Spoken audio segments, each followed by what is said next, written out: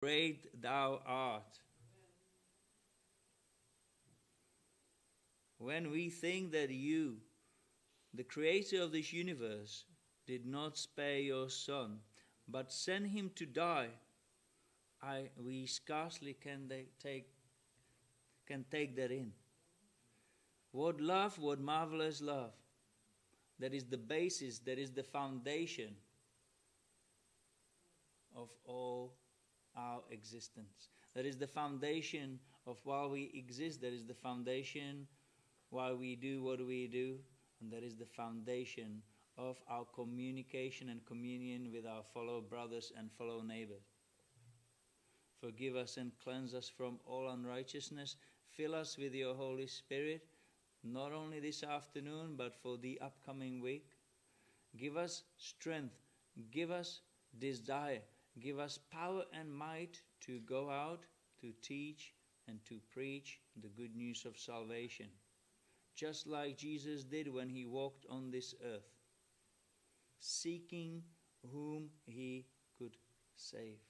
Enable us to diligently seek and see whom we can help, relieve pain, relieve suffering, provide clothing, provide food, provide water. Teach us how we can love you supremely with our whole heart, mind, soul, and strength, and how to love others as ourselves. Give words of wisdom to the speaker for this afternoon so that we can be edified. In Jesus' holy name, amen.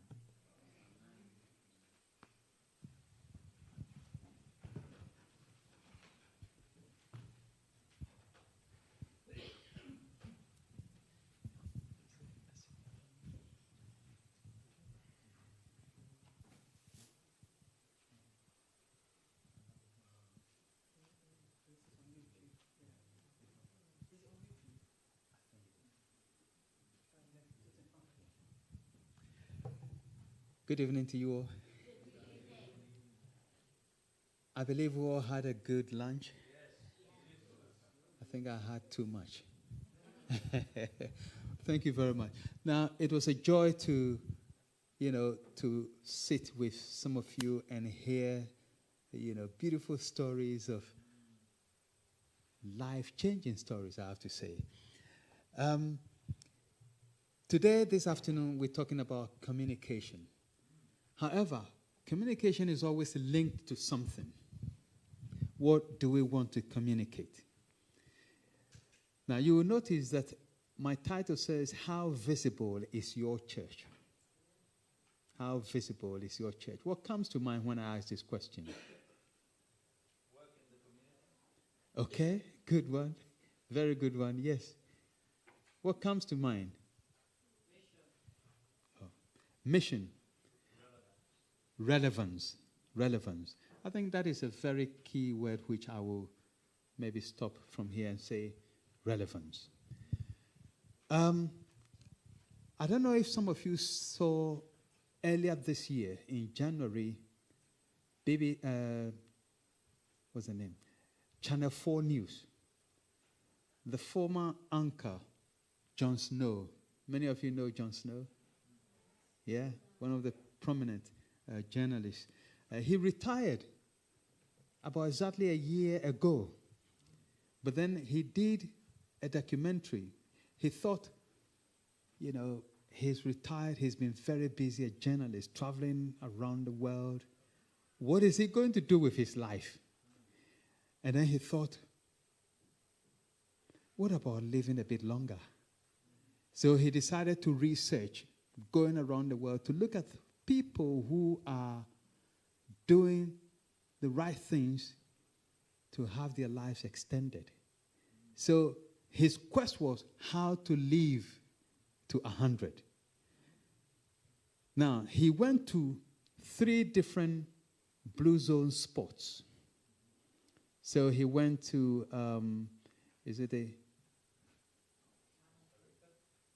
this island, in one of the Greek islands, is it?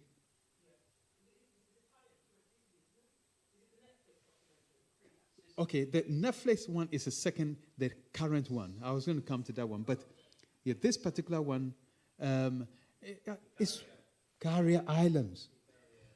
They live long. And he went there to find out what are the different things they're doing to make them live healthy, long lives. And then the next one was to the U.S., the blue zone in America that everybody knows. Where is that? Loma Linda. And who are those? Seventh-day Adventists.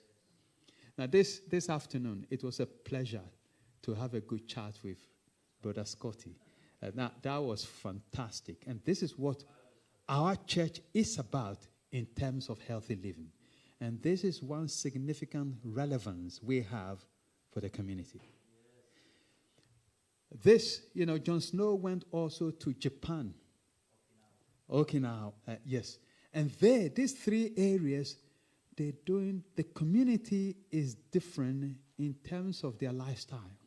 It all has to do with lifestyle. How to live to 100. Now, why did I bring this example? After the documentary in January, we had some folks knocking on our door at the BUC, the British Union Conference, and they came through the communication department. Now, these were two journalists. One of them was a former associate editor of one of the national newspapers. He said, I got in touch with them because they wanted to get in touch with us. And then we arranged for a Zoom meeting. And the conversation was, we didn't know about the Seventh-day Adventist Church in the UK. And the two of them said, it was fascinating and refreshing to see a celebrity journalist, in the person of John Snow, to do a documentary about our church. And for them, this is incredible. So they were thinking, can we explore the Seventh-day Adventist Church in the UK? Are you with me, church? Sometimes we have things that we're not thinking about. They have been in conversation with me since January. And then they have highlighted the Netflix one as well, Blue Zones. Again, Seventh-day Adventists. We are in the picture. But you know that Loma Linda is known because that community, the whole community, have adopted that culture of healthy lifestyle. And in that documentary, he went to live with them. You need to see it. And then he said, when he was growing up, his own father said to him, be careful about this. This is John Snow in the documentary. Be careful about these people. They are cult. That's why I'm asking, how visible is your church? Because when we are not that visible to tell people who we are, they coin who we are. Because they don't hear about us, isn't it? But when he went to Loma Linda, he lived with them. He looked at what they were doing. And the minister invited him to his house. Afterward, he decided to go to church as well. And how the minister linked their healthy lifestyle to our belief in God. And then they interviewed folks who were in their 80s and 90s who were active doing the things that will enhance their lives. Now, he said to me, the two individuals, they said, this is refreshing. And here is the point. He said, you know that there are so many people who want to live long. He said, if your church raised this profile of who you are, many will come in. And this is where Brother Scotty comes in. This is of relevance. We know Ellen White tells us that Jesus Christ mingled with the people help them solve their needs. And then it was easier to beg them to follow him. It's good for us to be feeding the homeless. Very important, because then we are reaching people where they have needs, relevance. But another significant one is that many folks have got all the wealth they must have. But health-wise, they're lacking. They want to know how to live longer. And we have that as a church. How visible is the church? Now, this is an introduction. But this is making sure, because our being Seventh-day Adventists, our business is to do what? Present Christ to humanity, wherever we are. That is why we are in existence. It's not only about ourselves. So how can we make ourselves more visible to the communities where we are placed, so that they come to know God? And if we're following Ellen White, is becoming more relevant to our community. When we become relevant to their needs, it's easier for them to want to know more. Just like the journalist told me. So we're working, and I've made a proposal to our organization to see how best, from the national level, we can raise funds to embark on our visibility.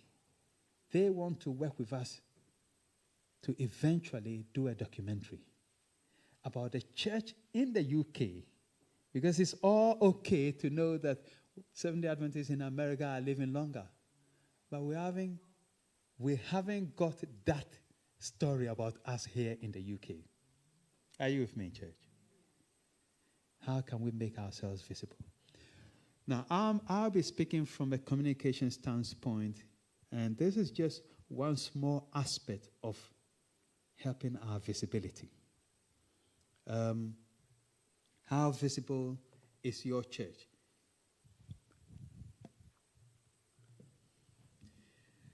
Now, improving the way your church communicates can have a significant impact on its success. And we want this church to be full to the extent that we'll be thinking we need a new place. That's the aim. Or to the extent that if it is not easy to get a place, we'll be having about 3 or 4 services in a day here. Are you with me, church? This is what we're about. And also by adopting innovative communication strategies, you can enhance your church's outreach and promote its message effectively on media channels you choose to use. We have the message, but how do we reach out? How do we reach out? Visibility is about presence. We want to tell our community that we are here. What sort of presence does your church have in its community? Are we known? Are we known in Gloucester? Yes. What are we known for? Soup Kitchen. So it's one of those. Okay. Could we be known better? By more? Yeah. Okay. Let's remember that when we are reaching, we're reaching one particular group of people based on our strength. Fine. And Soup Kitchen seems to be one of the key areas where we are reaching a significant group of people. Need, yes. But that need doesn't extend to everyone. There are some folks who have got money, but they are struggling with their health. Have we thought about how to reach this group of people too? By targeting them. Yeah. So some people do healthy cooking and so on, or directing people to how to eat healthily. And there's people who don't know how to manage their illnesses, perhaps will be attracted to this. Because we know that there are false,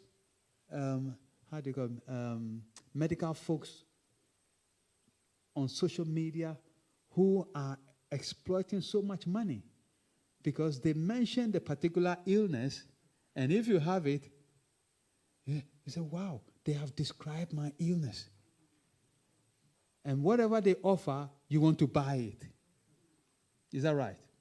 Now, we can link our health messages to the needs that people have. And it becomes easier to draw them to what we want to offer as a church. So visibility is about presence. How can we enhance our visibility so that we can attract more people to come to know the Lord? I have this here to say that a lot of the time people are wondering, who are this group of people? Are they straining to get to see what we stand for, what we are about? And a lot of the time, that's how people see us. They're wondering, who are we? Because we're not standing out in terms of relevance to their needs. But we don't want people to use binoculars to search who we are. They have to know us by the things we offer. And I have to say that many of our churches are operating under low visibility. So we come, Sabbath, we eat, we hear the message, we go back home. It doesn't make us relevant to the community if we're not engaging in anything that our communities need. Now, the communities we are situated in seems to be unaware of our presence, as if we are under a cloud and want to shake ourselves off. Because there are many means in today's world to be exposed. I mentioned television is one of them, social media is one of them, the local newspapers, and so on. And we'll be looking at just, one aspect today. Be visible. I'm stressing the whole point that we need to be visible. Otherwise, people don't know who we are and they describe us in ways that we don't like. When there is so much good that we can offer. So it is very important when talking about visibility to focus primarily on your local community. They are your mission field, your target audience. And all of us are supposed to be part of the PR for showing who we are. We all have responsibility. Being visible is critical to our long-term success in a fast-moving, ever-changing world. Because very soon, if you are not, people don't get to know you, what happens? They will think they are of no use. So we have to be with the times. When you think about being visible, consider that there are 3 levels of visibility: low visibility, medium visibility, and high visibility. But we need to be highly visible. The 2 areas that typically impact you are your church's visibility and the visibility of the work that you do. What are we really doing to make people see us? We say soup kitchen. But there are others that we can do as well by looking at the needs in the community and targeting those. Visibility helps to make your church more relatable, personable, and visible. I mean, do you know that when people don't know you well and you invite them, they are scared? If somebody invites you to a Hindu temple, what comes through your mind? To come and spend a day with them in worship. There will be so many flags, red flags in your mind. No, I don't want to go there. I don't know what they do. Maybe there will be, idol worship, or there may be spirits and so on. The same applies to us. When folks don't know us, they're scared when we invite them. But when they know what we do and what we stand for, it's easier when we invite them to come. That's food for thought. I'm speaking from a communication point of view. How can we, from Comms Media, reach out? Media plays a significant role in making your church visible by creating awareness for the church. We need to let people know us and what we offer. Your community needs to know who you are, what you do, and why they should engage with you. That's part of the visibility, why they should engage with us. What are the existing available channels you use to engage the community? And let me ask you, what do you do in terms of media to engage with your public? Have you got a YouTube channel? Well, you have a YouTube channel, so that is one of them. What else? Zoom and YouTube. Okay. Do you make use of local radio?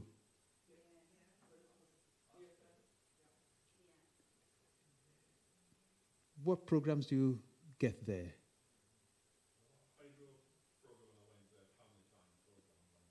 Okay. On a local radio. Fantastic. It's all part of publicity. Are you with me? It gets, because when people are hearing the name Seventh-day Adventist with what you're sharing, you're making the church visible. And when these hearers see you distributing, leaflets or doing, how do you call it, soup kitchen and so on, they can relate to who we are. Visibility. Local television? Not really. But what I'm trying to say is there are so many means. What about the newspapers? Local newspapers? No. Okay. I will share a little bit more about that one for you here. Because the advantage these days in terms of local newspapers is that they are also online. So they are shareable. If you get your stories in, they are shareable. And I'll come to other aspects. Now, is your organization visible enough? Organizations and groups try to make themselves visible to the communities they seek to attract. Because in reality, we want to attract the people within our community, isn't it? That's why we're here. And if we want to do that, then we need really to do what? Make ourselves visible to them.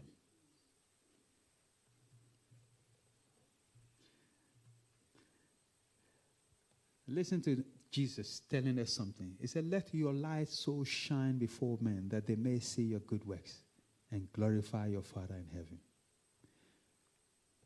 It's biblical to be visible. And what is Jesus saying here? Let your light shine. The things that you do, let it shine, and they will glorify your Father in heaven.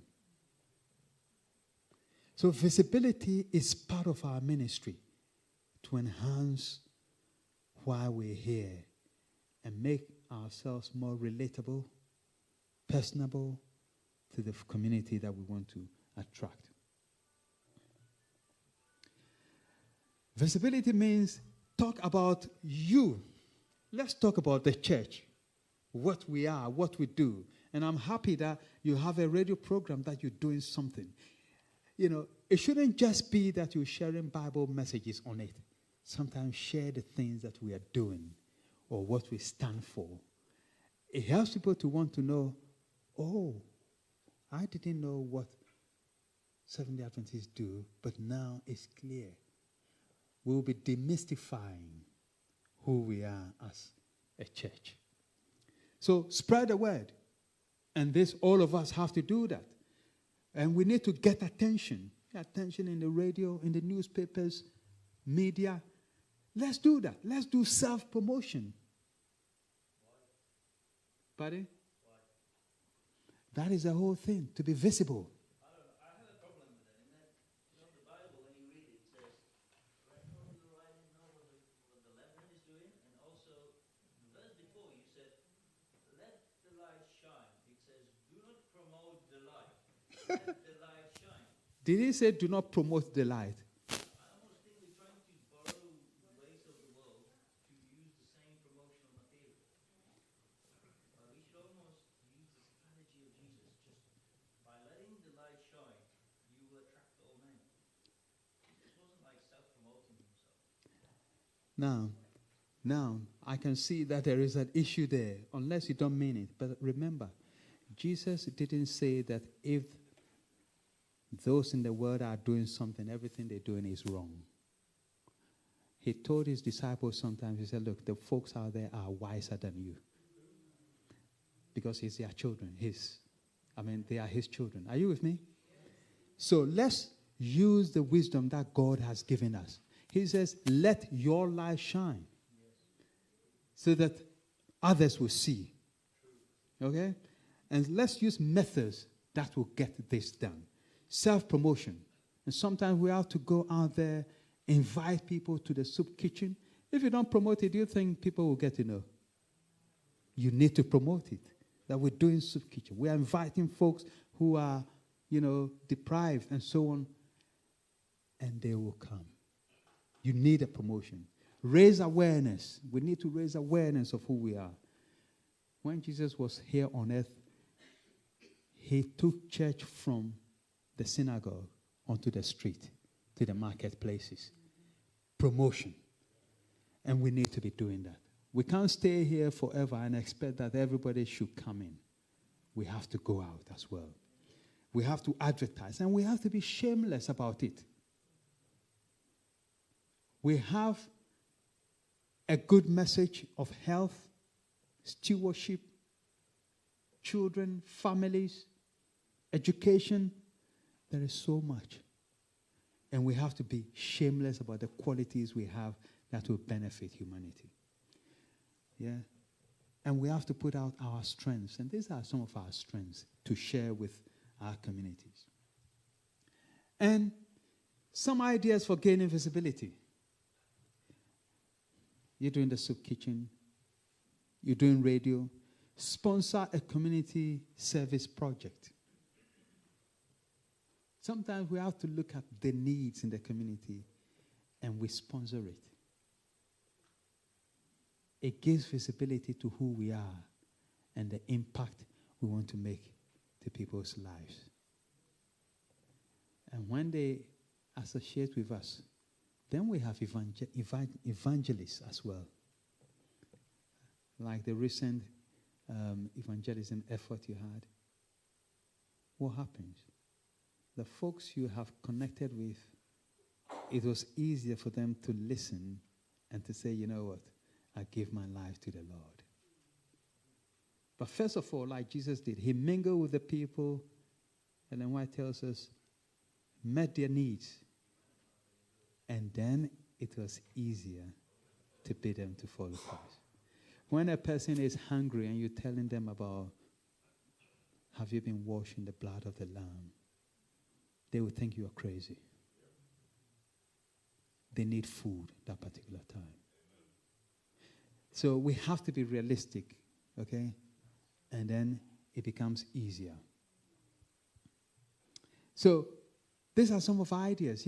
Call the local. Sometimes we have to relate to the council and see what are the key areas that the council is struggling with. And we can come in to see if we have strengths in those areas to help. The best use of our volunteer times and also money. And we can use old and new media. Old media is radio, television, newspapers.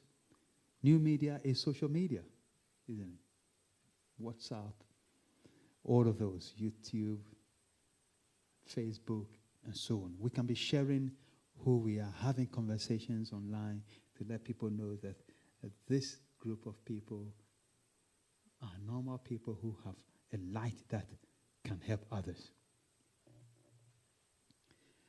So there again, let your light shine. Sometimes we all have lights. There are so many lights in the world that nobody recognizes them. But if you let yours shine, people will see it. It's about letting it shine, bringing it out.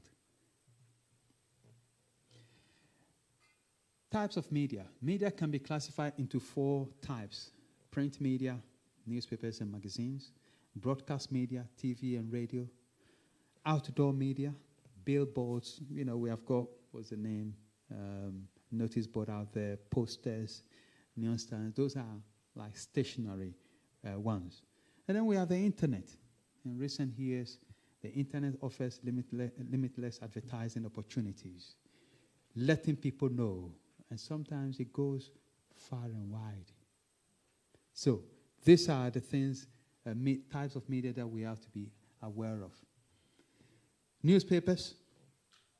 How many local newspapers do you have in Gloucester?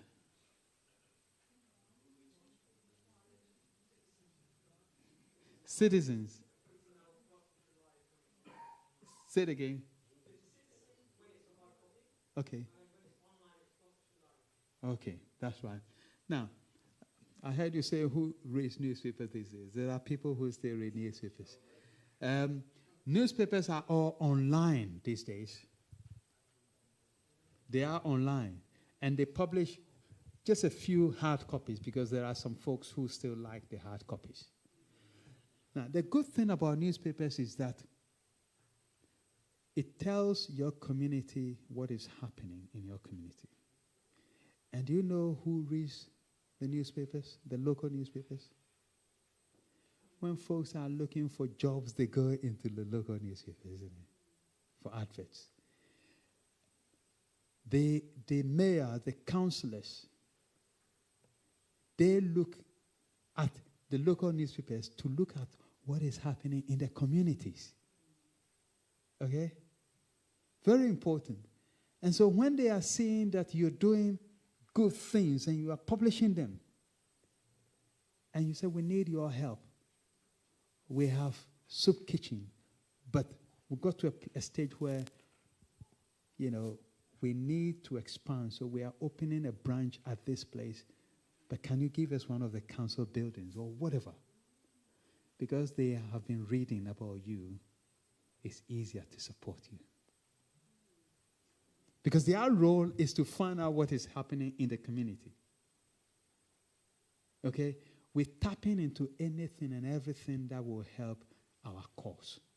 So it's important when you have done the soup kitchen, look at story aspects of it to share every now and then in the local newspapers.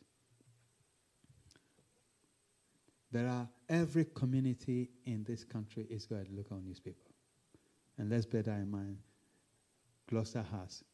Share your messages. If it is not viable, they would have closed. They still function because nobody can get rid, really, of newspapers entirely, especially local newspapers. Now, what do we want from the press when we engage with them? We want two main things. For the press to tell people that there are events happening in our church. Visibility. So we're telling the community that things happen here. We do seminars on health. We do seminars on stewardship, how to manage your time. We do seminars on stewardship in terms of how to manage your finance. And if we have accountants, professional accountants who can show people how to manage their debt. You're sharing this thing. So the community sit out there and they say, goodness me, why am I in debt? This group of people are doing a seminar on these dates once every month or whatever. Before you realize they are coming, because sometimes we have to use other professionals to come and do the seminar here. We are making the church visible. And maybe for the first time, that is non-threatening for them. And they come in here and they see the people, you have conversations with them. And they say, I like to look at the other programs they do as well. Are you with me, church? Yeah. Number two is the press. We want the press to report the events which are taking place to the community. So when we have done the event also, we want to share it. That on so and so last week, 30 people from the community came to learn about healthy living. And this is what one person said. You quote them. They said they never knew that life could be better. And because they are from the community, they give positive feedback about the church, that we're doing something like this. And the point is, the absence of a regular public information about the church limits the significance of that church to their public. Were you going to say something? I've realized that most of the points that you've highlighted are not zero-budget programs. They are not what? They are not zero-budget programs. They need a lot of money for them to run because they are the day-to-day programs. As a conference, what's your hand to these programs? We say we want you to help us to get these programs done. Because I've come to realize that many of our Adventists, they are into business, they are into organizations. Take it for example, I've realized that many of our Adventist community or our Adventist people, they are into care, like home care, school care, and they are working for Catholics, they are working for Methodists, they are working for other organizations, and they are into some of the things for them to keep their job. Yet, as a church, we are supposed to have something that will alarm people to say, this is the Adventist community, this is what we have. Do we have a clinic? Do we have a home? Do we have a support system that can help the elderly, that can help people who are broken? So that at the end of the day, we have something that is running besides only the advertisements and the media and the internet. Do we have other things that church can help us have that can, put a shout out there? Maybe I think those are some of the things that we might need. I've spoken of the conference helping and other things that might be of greater help, as I've alluded before. What exactly can you help us with so that at the end of the day, it's not just theory, but it's also practical? Because even in the lesson before, it was calling us to be practical. How best can we do that? Thank you. Were you going to say something? Yeah, just off the back of what the gentleman was said, I was going to say we do have schools, we do have clinics, we do have hospitals, but where they are visible is more, like for example in the UK, if you wanted to send your child to an Adventist school, you've either got to live near London or you've got to live near Birmingham. There's no Adventist school dotted around as much as your normal comprehensive school. We do have hospitals, but again, it's where those are located. So if you look within the global aspect of the SDA Church, we do have all those things that you say, but where are they distributed is a different story. The concentration of them is dotted around. So you probably, Pastor, be able to emphasize more on that. Yeah. Thank you very much for that contribution. Incredible. Now, it will be, were you going to, okay. And I think also if we see that there's a need of these things in our community, we can go ahead and make a plan to see how we can go about establishing these services within our community. And then we can contact the conferences and say, this is the plans we have, these are the ideas, and this is the help that we need. How can you support us in these things? Yeah, thank you again. At the back, is it Freddie?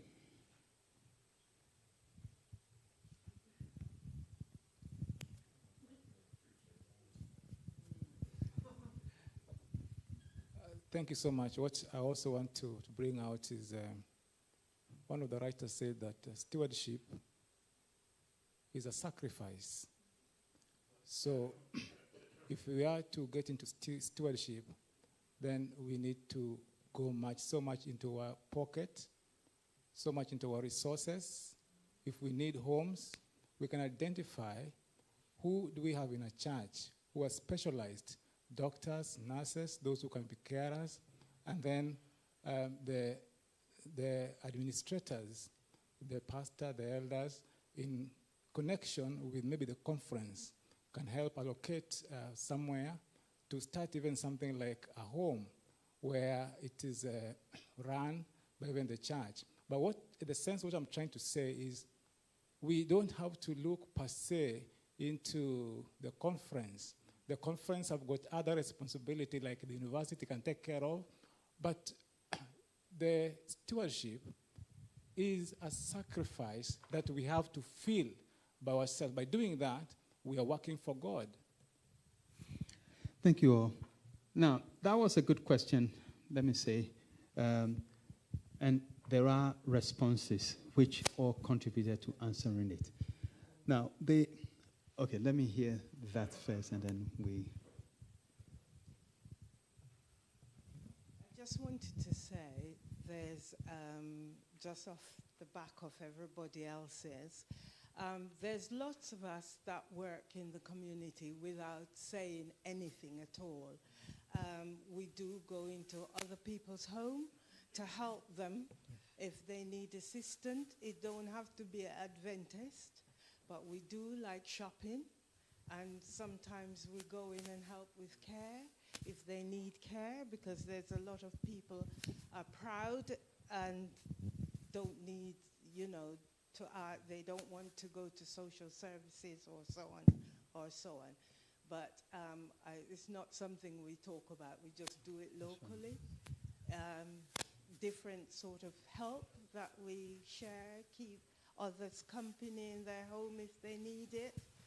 But as I said, we don't have to wait to go to conference or anything. We can work within our community to help others who needs it. Thank you. Thank you for that contribution as well, which is what we studied in the Sabbath school this week, is about us having that spirit of helping our fellow human beings all the time.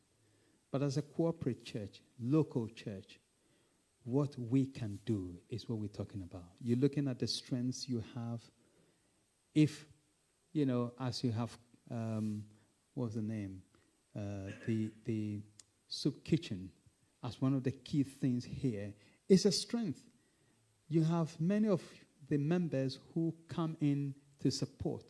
It's easier to arrange that as something that makes the church visible. And you share that as well, I suppose, also on the radio, isn't it? The idea is that you're letting the community, in a way, know some of the things you're doing. Whether you're doing that privately, you know, personally as well, there comes a time when somebody asks you, so who are you? What gets you to be so motivated to do these things? And what happens, they get to know that your actions are backed by faith. And they want to know, what is it? What sort of faith? What church do you go to? And they'll be interested. Now, let me share very quickly. I mean, I've shared this with my wife before. The person who cuts my hair, because my other training and ministry that I enjoy is family ministries. And so when I go to the barbering shop, I just talk a little bit about topics that have to do with family. And this has grown to the extent that they started telling me about the challenges they have in their families. And then as I spoke and as I helped them with their needs, one of them asked his friend, he said, can we come to your church? Are you with me? Your engagement is always a testimony. Besides what we do corporately, we have personal engagements in our way of life to be ministering for the Lord. Just like in the story this morning, Ruth was ministering to Naomi. Our lifestyle should be that of ministry. However, I hear what you're saying if we're thinking big. And, you know, you shared it. Our World Church have got organizations. It will be very, very difficult to say that we want to have something like ADRA in every town. It's not possible, isn't it?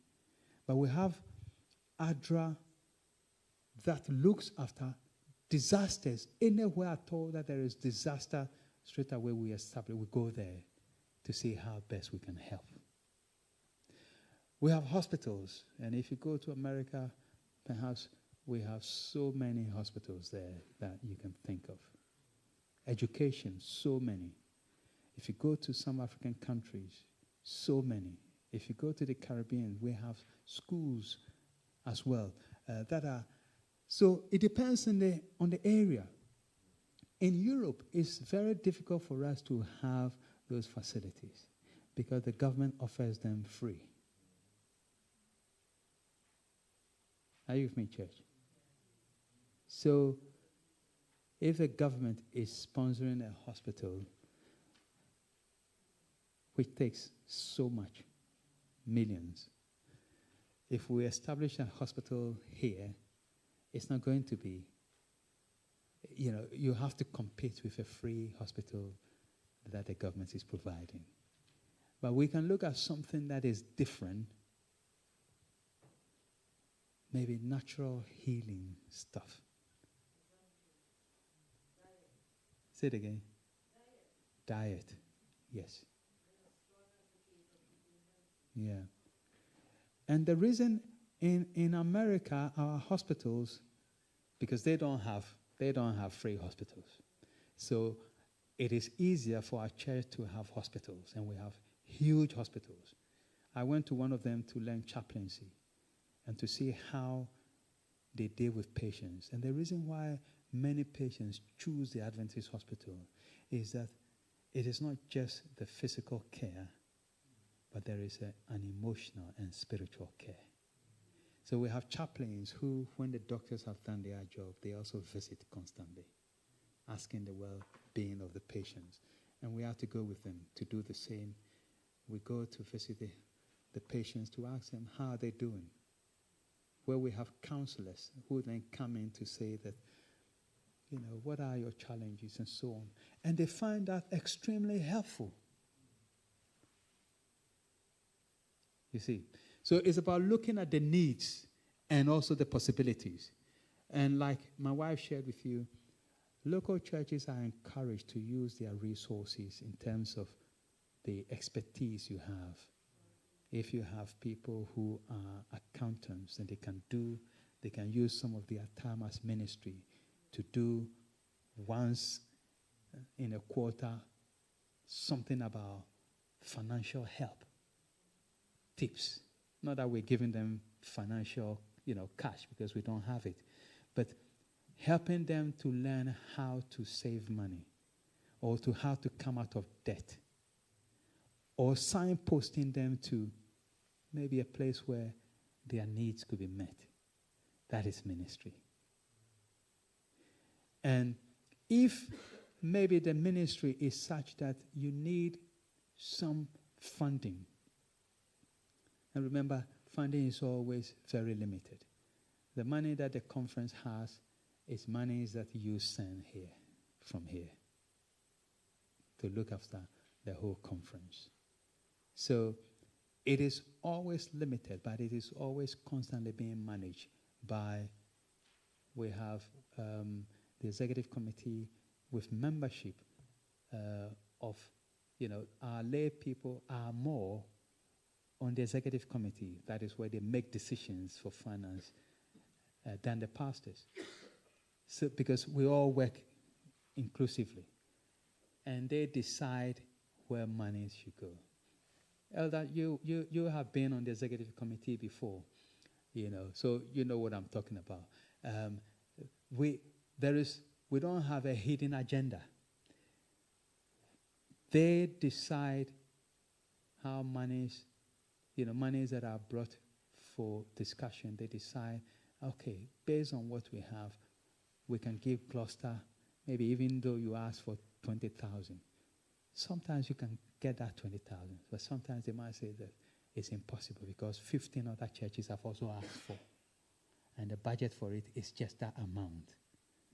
So they'll give you 200. But we're using a lot of wisdom to see how we can make use of our ministries in our local communities. Is that helpful?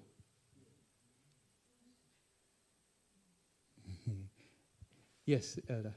Can I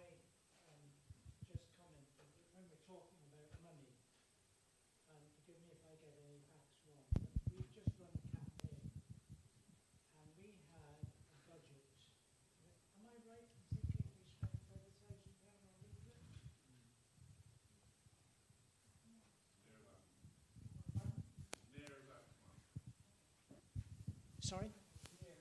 Near that amount. Yeah.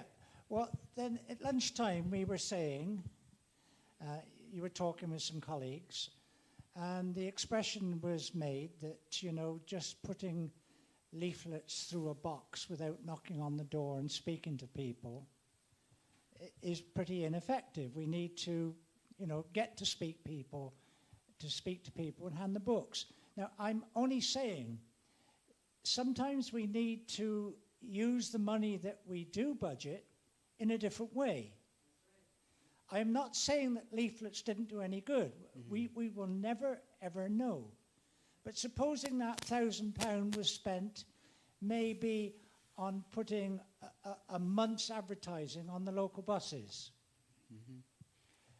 Let's supposing we had to pay to put a poster in a supermarket on a board. I'm not saying these things weren't done, but sometimes the money that we do have, we could look at alternative ways of spending it. That's all I'm saying. I'm not saying it was misspent, but I do think that some of the money we have, we could look at different ways of using it. And that is indeed a very, very important suggestion you've made there. God wants us to be creative. And let me say this, you know, there are some people who, when they have to resolve issues, they say, let's pray about it. Prayer has a place. But God gave us minds. That is why he even says, come, let us reason together. Have you thought about that? God wants us to use our minds to resolve issues. And when I made reference to the point where Jesus said, you know, the folks in the world, sometimes they are wiser because they use their mind more. This is God himself saying this to us. And so when he gave that parable about the man who misused the investment that was given to him, and he knew that he was going to go to prison because he has misused some of the money. He went to all the debtors and he said, how much do you owe my master? He said, 10,000. Make it 20,000. You know, so that the other bits, when he comes out of prison, when he is no longer able to work, there is something there to, you know, to live on. Now, what God is saying is not that we should go and practice evil, but he is making reference to the use of the mind. Are you with me, church? And we pray to God to give us the wisdom, which is to be able to use the mind. And so sometimes we have to reappraise methods that we have used in the past to see whether it is still relevant, or are there other means that are better than maybe putting the leaflets because we have done it for 30, 40 years. Maybe today, advertising on a bus may attract more attention than leaflets. I think that's what you were referring to, isn't it? Yeah. Could I? Yes. Yes. I hear what Elder Hines have said, but I've always had this view about dropping leaflets. One, the purpose of dropping leaflets, I think we know the stats in terms of people response. But leaflets, to me, serve as a means of witness to those individuals that get that particular paper that's dropped through their boxes. That might be the only contact that some people have with anything religious. And we, by faith, drop that leaflet through that box with prayer.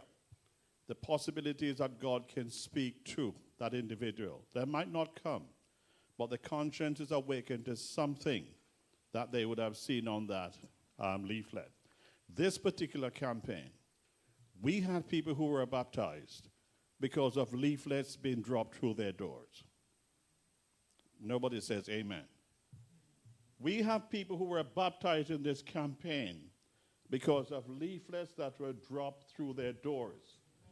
We have people who came to the meetings because leaflets were dropped through their doors, and they went on Zoom and saw the meeting and said, no, Zoom is not good enough. I had to go down to the meetings to be there in person.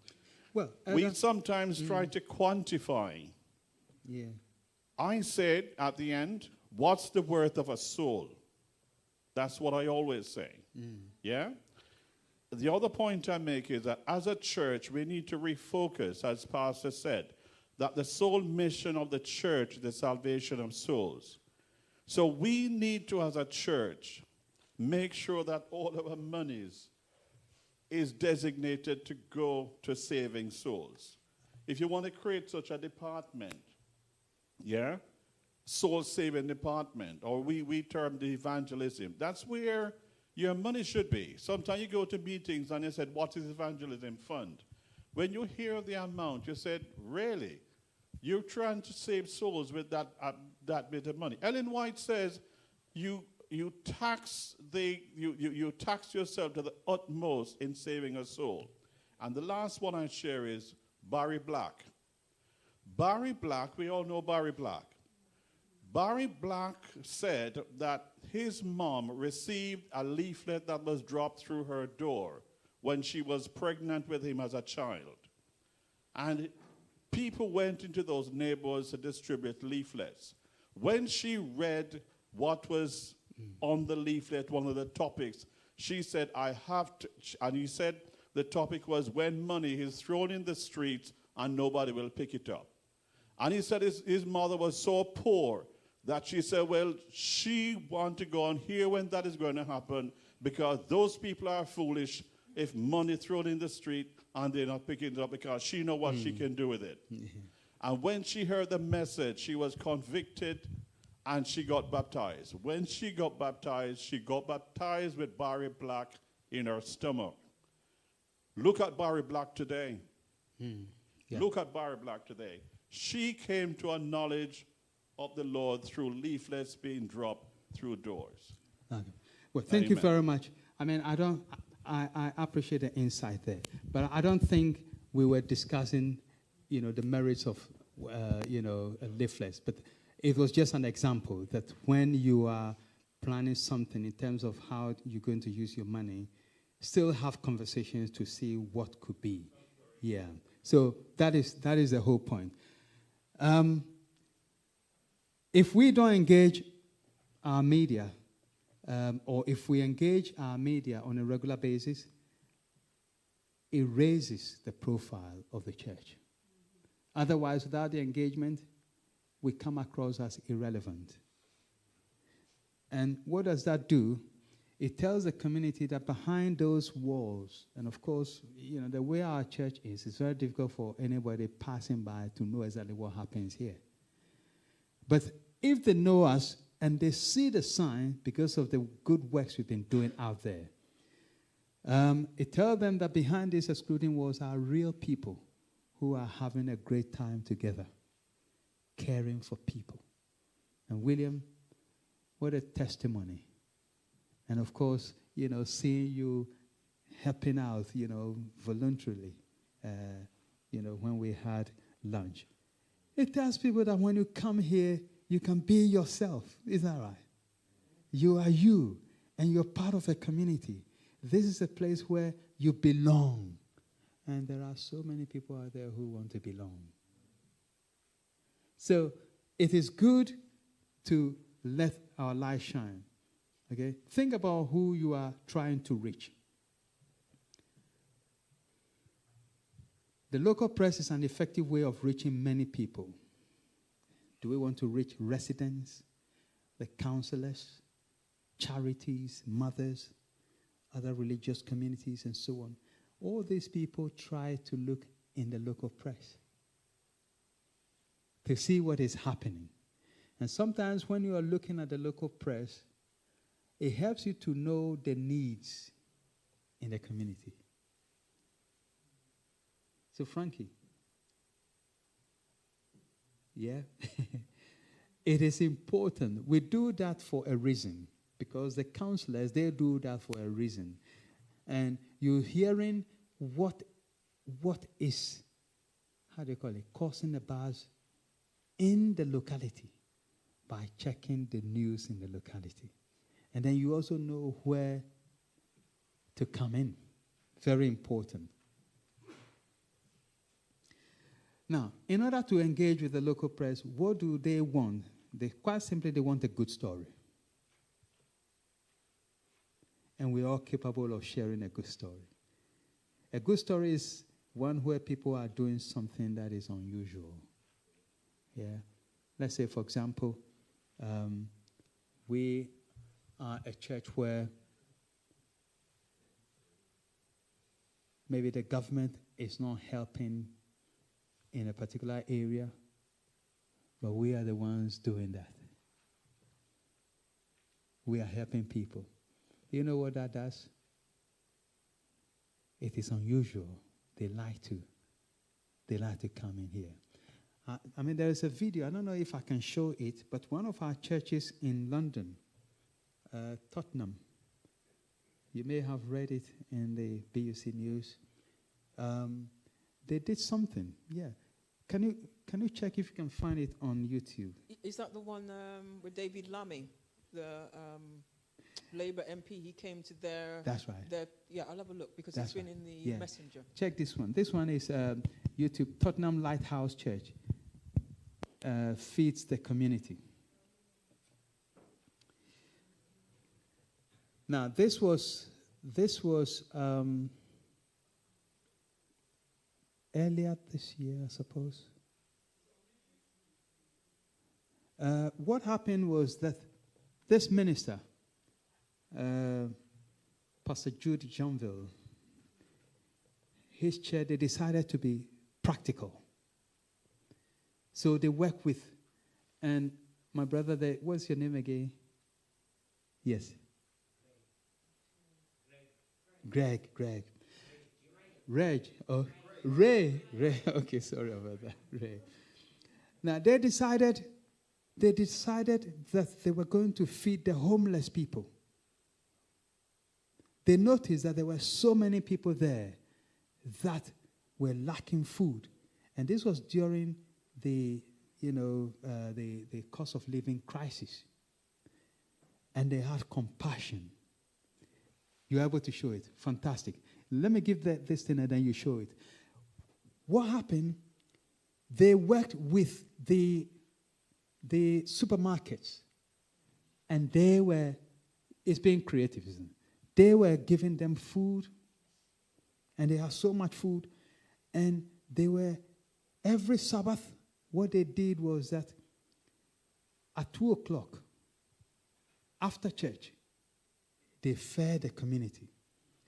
But one of the Sabbaths, I think that was when it was so cold, and it was during the crisis of living, the members raised money, 10,000.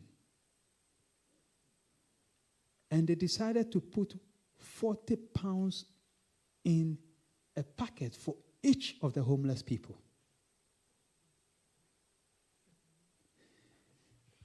Now, these people didn't know, but on that day, they came and they were in a queue for their regular, food. And many were surprised and moved as they received 40 pounds to help them pay for their energy bills. Now, when I saw this story, I spoke with the church pastor and arranged with ITV. And they covered it in a short piece. Because that is a good story. Can you show it?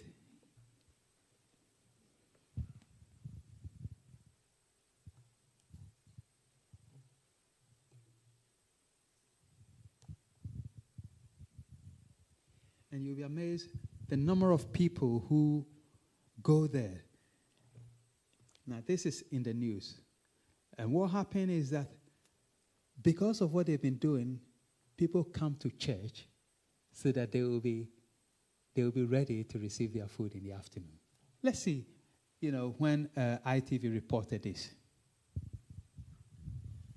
Finally, this evening, a church in Tottenham has given away £10,000 this weekend to those in need during the cost of living crisis. The Tottenham Seventh-day Adventist Church collected donations from its members, which included £2,000 given by one donor before handing out the money £40 at a time to those in the community who are struggling financially. We have a regular clientele that come to our food hub or food bank. It's solely out of the needs that we have seen and felt in our community. And we wanted to do something tangible to assist people.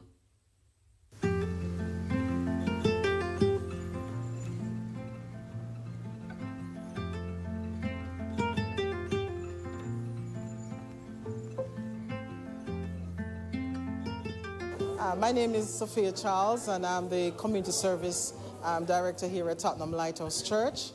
And we have been doing the food hub since 2020. COVID came in, and we felt that there was a need in the community that we wanted to reach out. As our mission was, Christ reached out to those that were in need, and we wanted to be a part of that. And so we boldly stepped forward in 2020. And God has been blessing us ever since. We started with 3 days per week, and 2021 we kind of scaled down a bit, where we did only 2 days per week on a Tuesday and a Saturday afternoon. God is amazing. You know, I can't share the many blessings that we have received, you know, from Him.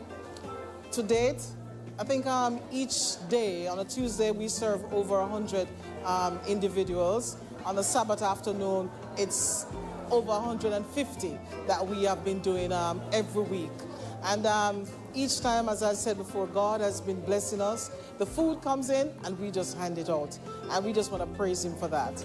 At the moment, we have over 15 volunteers, and they are from the community. And as you can see, they're all from different ethnic, different culture, you know, and they're willing to be a part of what we are doing here. In September, between August, September, we know the economy has become a bit difficult for everyone, especially regarding utilities. And we felt moved as a church that we wanted to do something more, you know, for the community. And so donations came in. Members were willing to give monetary towards this cause.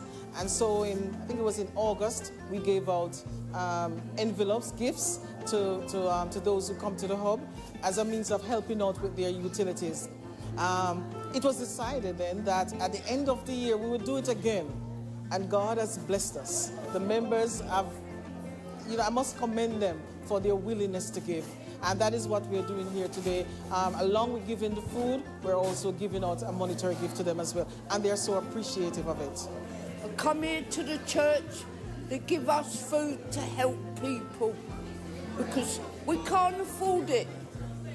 We cannot afford the food. Cost of living's gone up.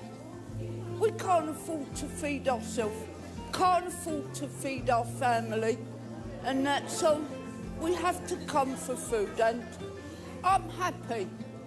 I am happy there is food bank, because if you look at the lady like that, that's on wheelchairs, how can we do it?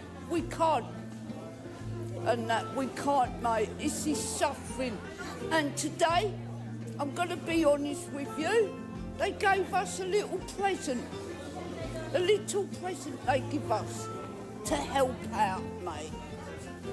To help out. And I'm really grateful that they helped us today. And last week, I was up there on the stage and I got blessed. And you can see, look at my trolley. Look inside it. Full with food. Yes? So I'm happy, mate. I'm very happy. I think each year we're asked the same question, not only from those who come to the hub, but also from the community as well. They ask us, how do we continue with this? And we are here every week. 52 weeks of the year, we are here handing out food to the community, and God has blessed us. God has blessed us tremendously, and I just want to give thanks for that.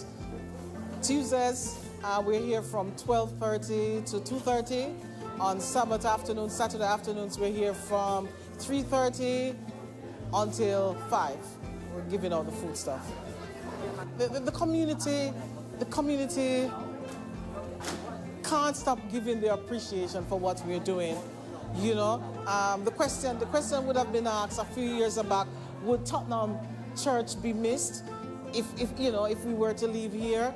And we were certain that they would just see us as people who come to the building on a Saturday, to these people, they worship here and that's it. But today I can assure that they would say we would miss the Tottenham Lighthouse Church because of what we are doing, how we are helping and supporting members of the community. And the relationship, believe it or not, there are many who come here on a Tuesday, on a Saturday, not just for the food, but for the fellowship, the welcome that they receive.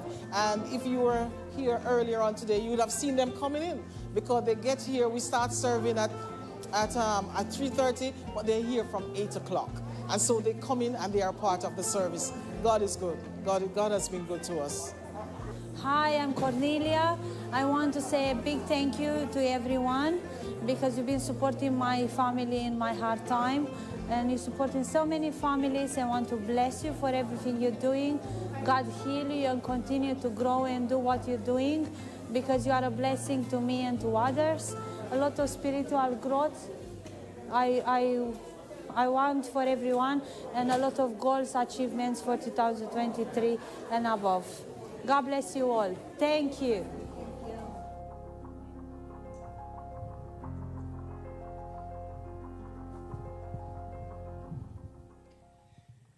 Isn't that interesting?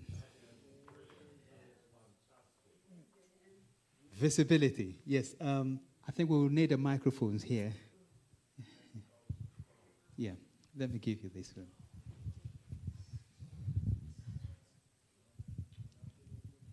I think I've heard of this from a brother in Worcester Church who was in the Tottenham Church, but I'm appealing for the members of this church to wake up.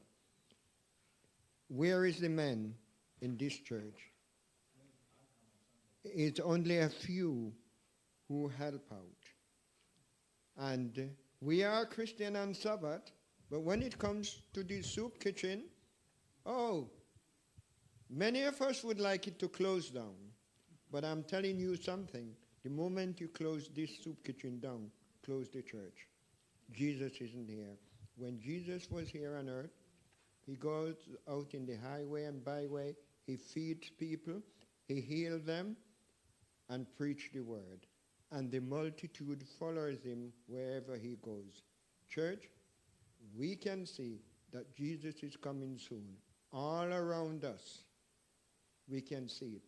But any member who think the soup kitchen should be closed, read Matthew 25, is the 10 virgin, and 31 to 46.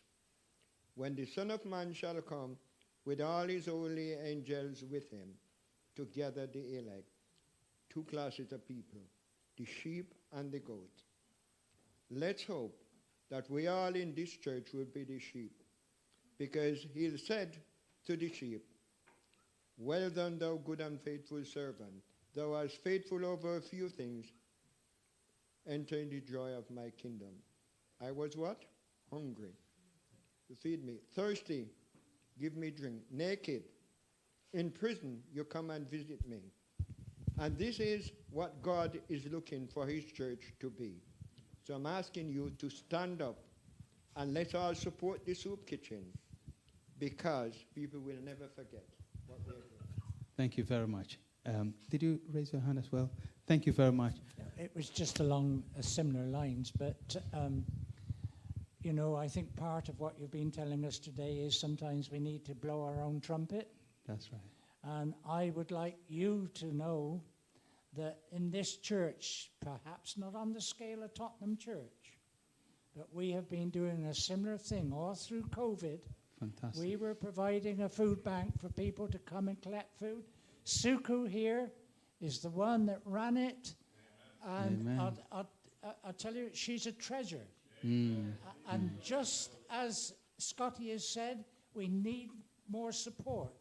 But even with the meager support that she had, we were doing a similar thing. So I want you to know, Pastor, that you can go back to the BUC and tell them Tottenham's not the only one. Wonderful, wonderful. Now, this is, this program is to affirm, if you're doing this, to affirm it. We have to get to a place where all of our members are supporting this. And just like Brother Scotty said, and, the idea is that when we are engaged with those who come to the soup kitchen, they get to see the human face of what we do. It's the relationship you form. And that's what Tottenham also does. They got all the members engaging with the folks who come to the food bank. Yeah, let me hear you and then we'll move on. Just to clarify that the soup kitchen has been running for over 20 years. There have been many members that have run the soup kitchen over the years, Sister Smith, a number of people.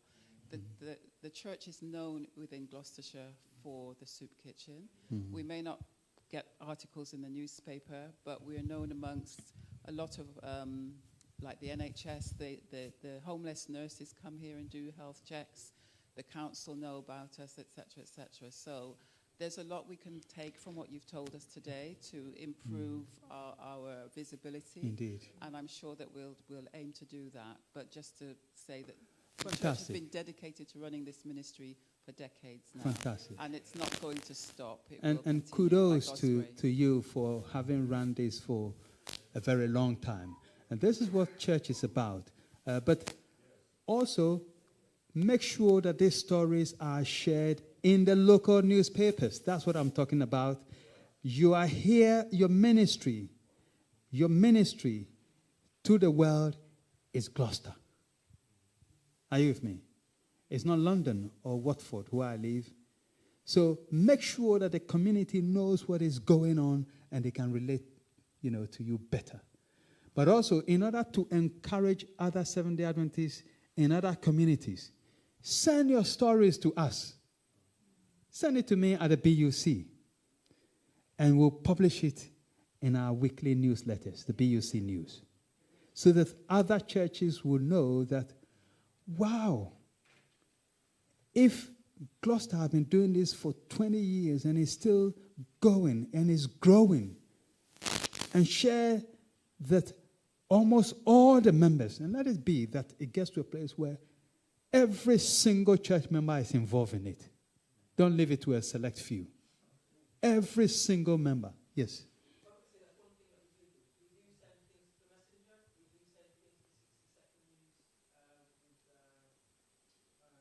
Don Roberts, okay.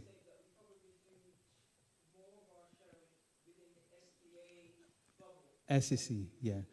Than the local, yeah. Fantastic. Mm.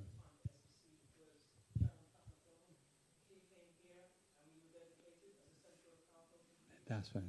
BUC. Yeah, yeah. Mm. Sure. In the community.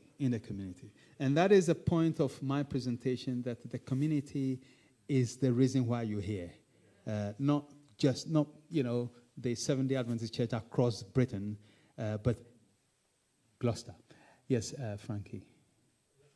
In relation to publishing. Freddie.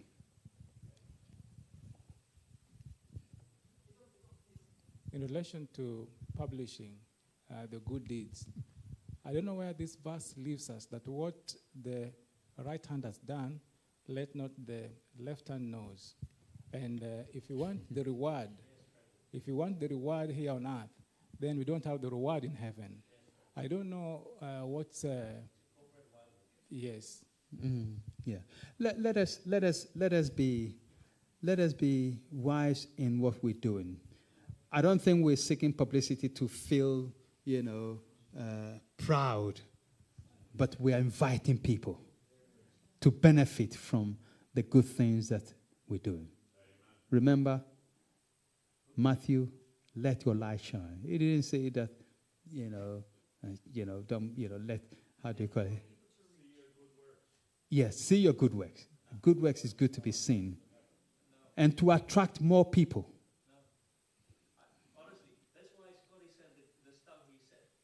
another one. Who's going to write this article?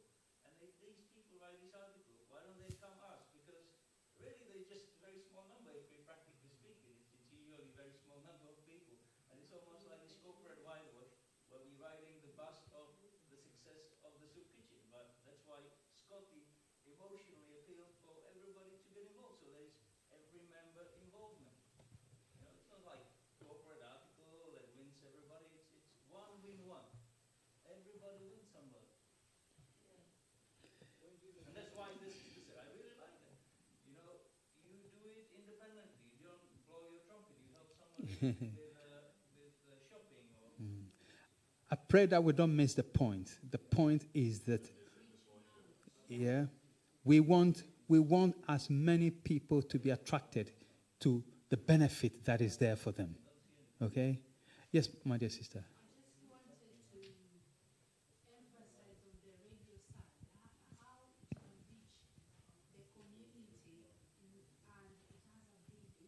Mm-hmm.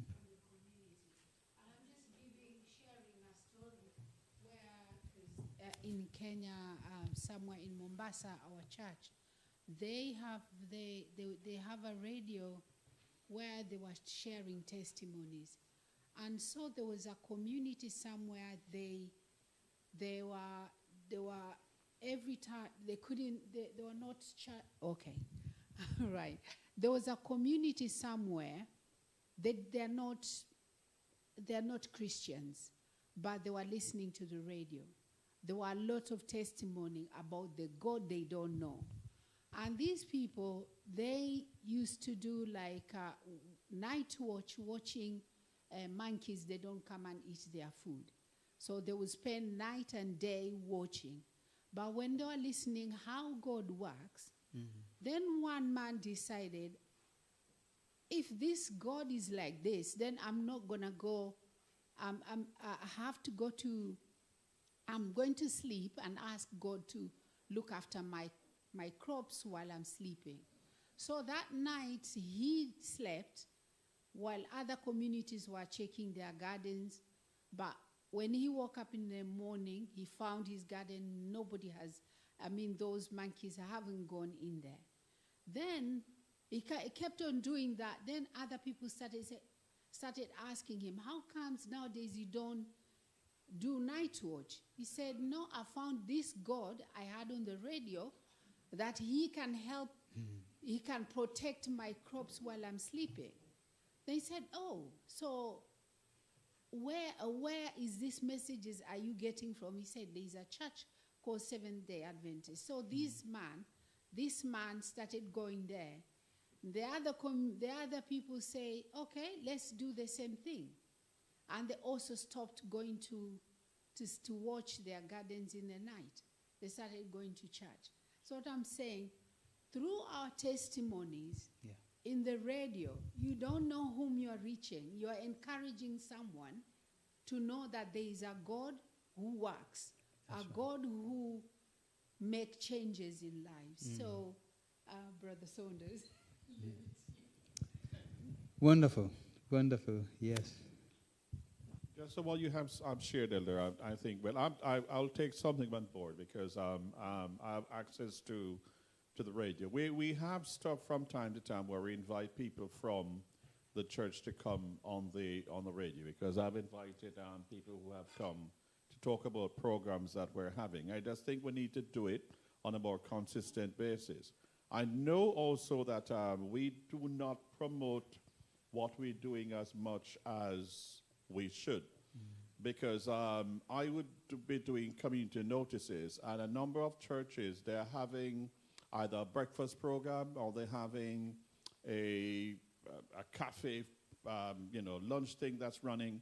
And I'm reading those from the Church of God, Seventh-day Church of God. Yeah. But we don't have one there to saying that, our soup kitchen is running. But then this is something that we'll take on board. And as our dear sister Suka there, I am on the radio next month, and I think I need to get her on JFM to talk about the work that the soup kitchen, and I think also Sister Verita, who we have this Center for Hope. I think that is something that we need to revive and fund, so that the community knows that, yes, there is That's something going for us. And those are two things I'm going to take up, and I think that, this is something that will help to enhance and make the church more visible. So thanks for sharing, Elder. Thank you. That is the point. Let's not miss the point. The point is that we want to attract more people, and also for the community to know that they can relate to this church. They can relate to this church. Otherwise, we can limit what Jesus is saying about don't let your right hand know what, the left hand know what. Look at the context of what he was saying there, isn't it? The context. So, and also, when he said, let your light shine, he did also say at one stage, who lights a candle and put it on that bushel? Let it shine. Because it will help many people to be saved. So it's very important when you want to engage with the community. Oh, sorry, did I see a hand? Yes, here. Go ahead. Okay, I understand what you're saying. But for me, the success of any soup kitchen, and we have a person in this room right now who I met at the soup kitchen, and I thank the Lord that he is here right now. I'll come and shake your hand, my brother. I met him through the soup kitchen. Yes, my brother. Good to see you. Wonderful. That is beautiful. That's a success for me. That is beautiful. That is beautiful, isn't it? So, it is good to hear these stories. It is good to hear these stories and the impact. I was in Scotland. Earlier this year. And I met a gentleman, and he was as busy, just like I saw William this afternoon. And he's got this Mohican hair. He is originally from Wales, Welsh, but he relocated to Scotland. And he showed how, when he got there, he became homeless. And it was an Adventist. He was looking for a job. An Adventist who was a builder, asked him to help and spoke to him about a food bank that he had. I preached in that church in Dundee. And he said that was the beginning of his adventure with the Seventh-day Adventist Church. And he stayed. Now, he is working to bring in some of the folks who were homeless. You see what I mean? When we win people, you never know how many they will win. Just like Ruth. When she got to know the God that was different from the God of the Moabites, it transformed her attitude and everything to life. So let's bear this in mind. We need to make sure that people know what we're doing for the salvation of others. So in terms of how do we get our stories to be published by the local newspapers, the local media are looking for what is new. Are you launching a project, an enterprise advice hub, or opening a community vegan club? Whatever it is. You can write stories about the things you're doing. The story we saw from Tottenham, that is a video story, but it was also a written story. So we can share these things. Do you have some positive statistics to demonstrate your impact? Say you help 10 young people to reverse a health condition. That can become a story and share this in the local press. And these days, the local press, they are also online, so people can search for it. Or you can share it with friends that, look at what our church is doing. And there are so many people, especially our young people, they want to be involved in something that is practical. So when you are doing ministries that are practical, impacting lives, they are more likely to be part of it than just sharing words with them, teaching them constantly. They want to be engaged. That's what the research says. Yeah. So look at stories and how that can be published. Build relationship with journalists and producers. Write about special events, special involvement in the community, and human interest stories. Stories that have to do with human interest. People can focus on it. And I could see, I was watching all of you. So when we saw the Tottenham story, especially that elderly woman who was talking about the cost of living and how the church has helped her. You want to be engrossed in a human interest story. So think about those things when you're sharing stories. Even a story like this, celebrating 96 years of God's blessings. Now, they published this, and I published it in the mess. And I said to them, did you publish this in the local press? They said, no. I said, this is the challenge. We're trying to get you to publish these stories in the local press. When somebody is experiencing a good age, share it in the community that this woman says that what has helped her to live long is her affiliation to the Seventh-day Adventist Church. You see how you can make connections? And then people want to say, goodness me, these folks, there is something about if you want to live long, you must go there. And Jon Snow, in his documentary, he says something like that, as if he was moved. He said he felt persuaded. And then he said, if you really want to live long, the Seventh-day Adventist Church is the place. What a testimony. Are you with me? What a testimony. These are the stories we want to share. So look at news angles with anything at all. So henceforth, our elderly folks, when they attain a certain age, publish it. Let them tell a story about their journey and link it to their faith in God. And then those who don't have faith, they'll be wondering, maybe this is missing in my life. Build relationship with journalists and producers. I'm happy that you have built a relationship that has got a church onto the radio. Any church, when I was pastoring, any church at all I go, I make, I form relationship with the journalists, the newspapers. Any church at all I go. And they have always helped. Now, this was when I was in Luton. We were celebrating 50 years. And this was about maybe 14 years ago. And because of the relationship, I said, look, we're celebrating 50 years. We want to let the community know that there is a Seventh-day Adventist Church here. And we invited pathfinders, our pathfinders, and we invited pathfinders from London as well to have a very good, huge presence. And we marched through Luton. It's about presence. Let people ask questions. Who are these people?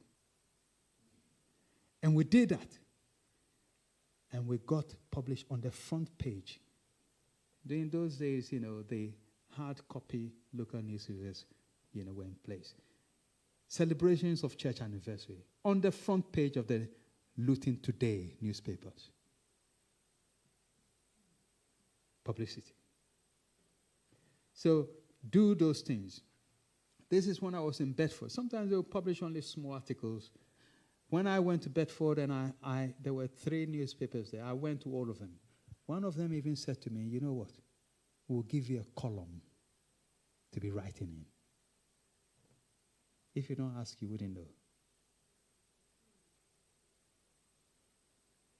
So it's important to connect with the local press, and they help you share your story.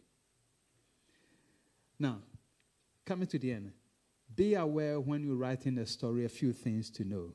There are 5 elements which tend to make a story newsworthy. Okay? Human interest. You saw one in how people are impacted, in the story.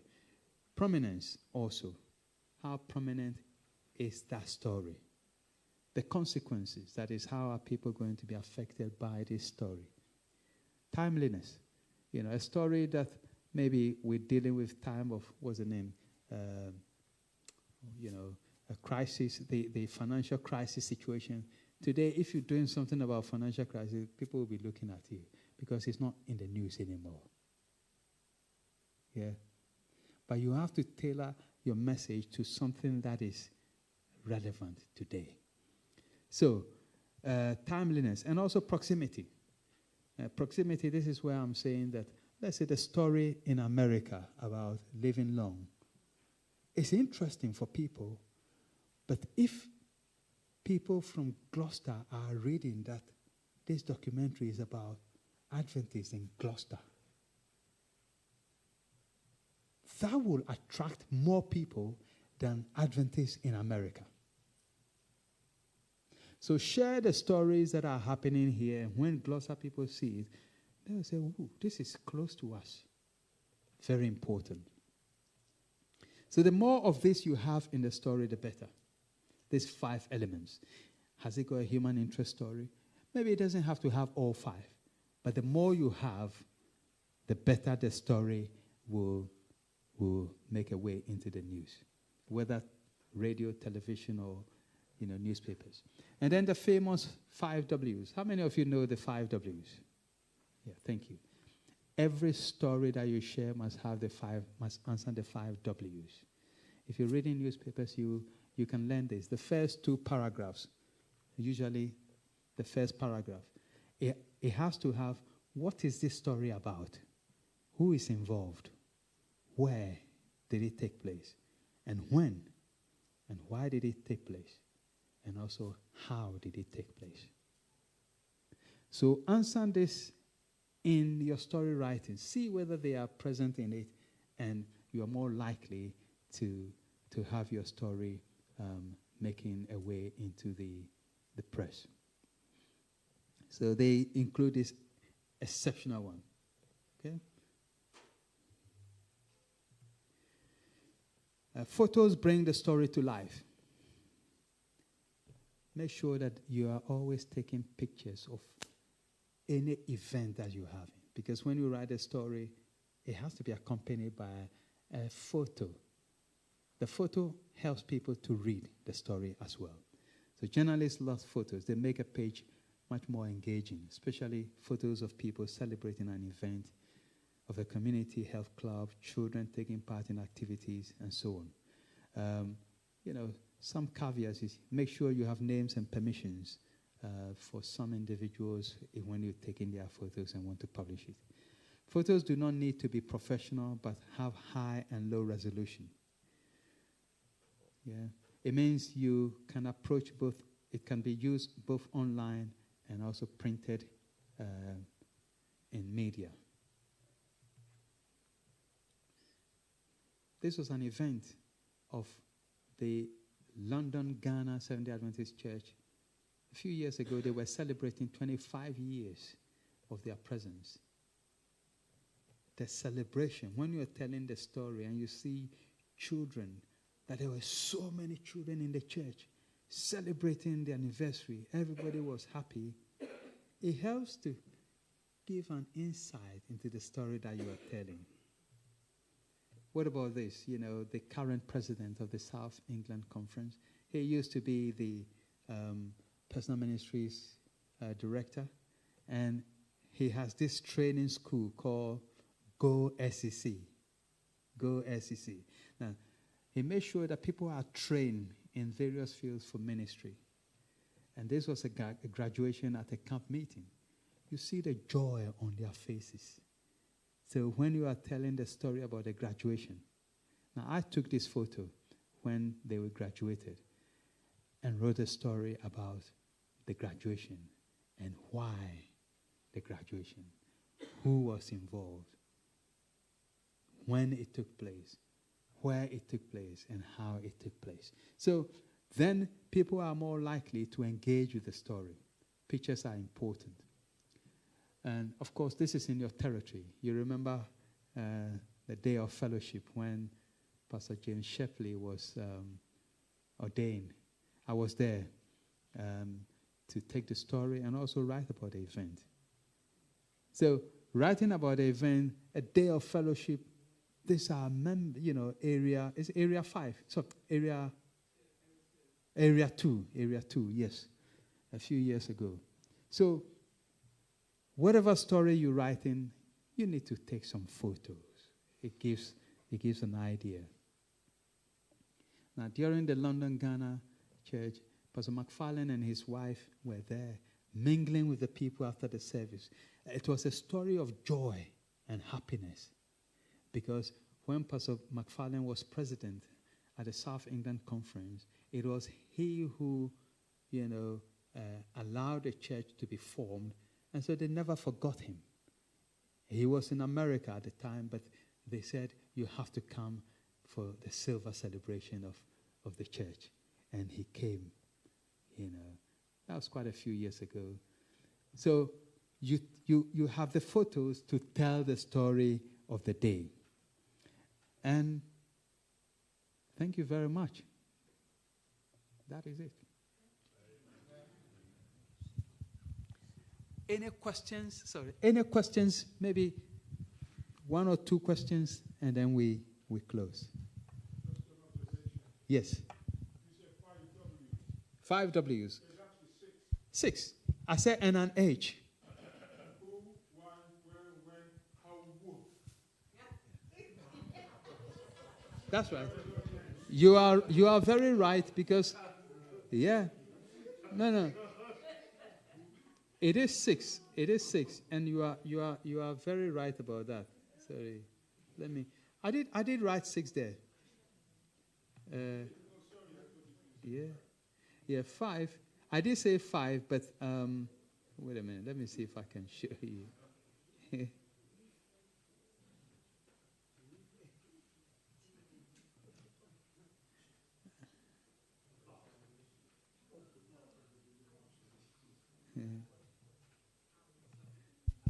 Yeah. And how? Is the W, the other W, but the W at the end. Yes. Let me see if I can project it bigger. For some reason, it's not coming. Thank you, Elder. Yeah, thank you. You finished, Elder? Yeah.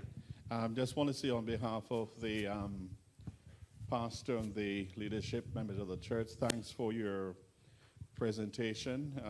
We've had a full day. Thank for your wife for coming down to support. And you were tricking us when you said you wanted to start early. Because you're still with us here in Gloucester. So again, on behalf of the church, thank you guys for coming.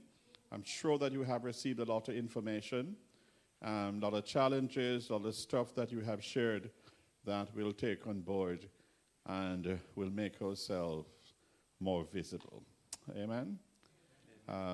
We're not sure when we'll see you again, but you have been asked to serve. How long have you been serving now, Elder? Communications? 8 years now. Okay. So you must be doing a good job. Must be doing a good job. So we ask that the Lord will continue to bless your ministry as you're going to serve the church. And then we have been challenged by Brother Scotty and others that we need to step up and do more. Sister Verito? Yeah.